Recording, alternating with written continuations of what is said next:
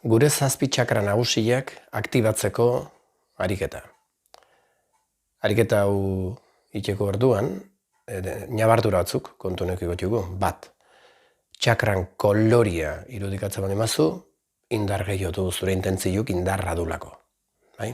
Koloria irudikatu, imaginatu, txakran kokapena imaginatu, sentitzen saiatu, zure aldetik jartzen zuen guztiak, ondikan indar gehiago emango jo. Beste alde batetik arnasa hartu, zurretikan, eta bota abetikan, txakra horrei dagokion tonua edo altura nolabait abestuta. Iturri ezberdina daude, loturak utziko ezkizu bian, nik segi izan jutena da Jonathan Goldman, hoi da gure kiko gertuago edo alde batetik, eta besati dakazu India aldian erabiltzen duten zazpi txakra eta zazpi tono, ben izenakin, eta bar. Bueno, aukera ezberdinak. Nik era onten gut.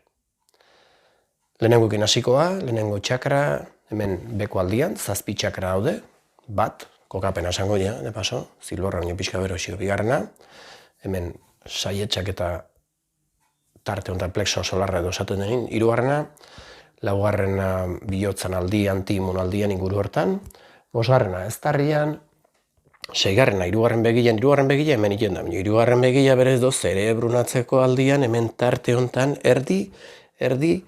erdian, barruan. Eta zazpigarrena, korona edo goiko aldian esaten dena. Aparte juzu zortzigarrena, betzigarrena, amargarrena, goraka eta berakare baino zazpi nagusiak landuko jugu.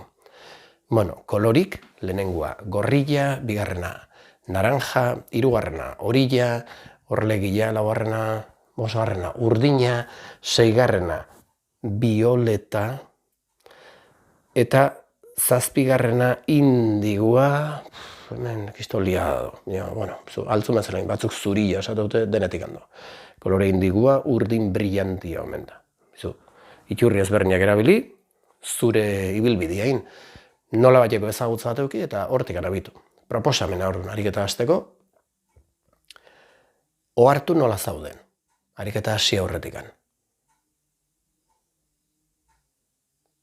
Nola sentitzen, zure txakra sentitzen juzu, sentitzen, non zaude buruan zaude.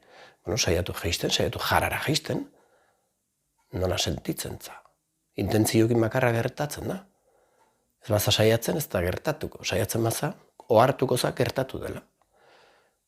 Eta ondoren, ariketa.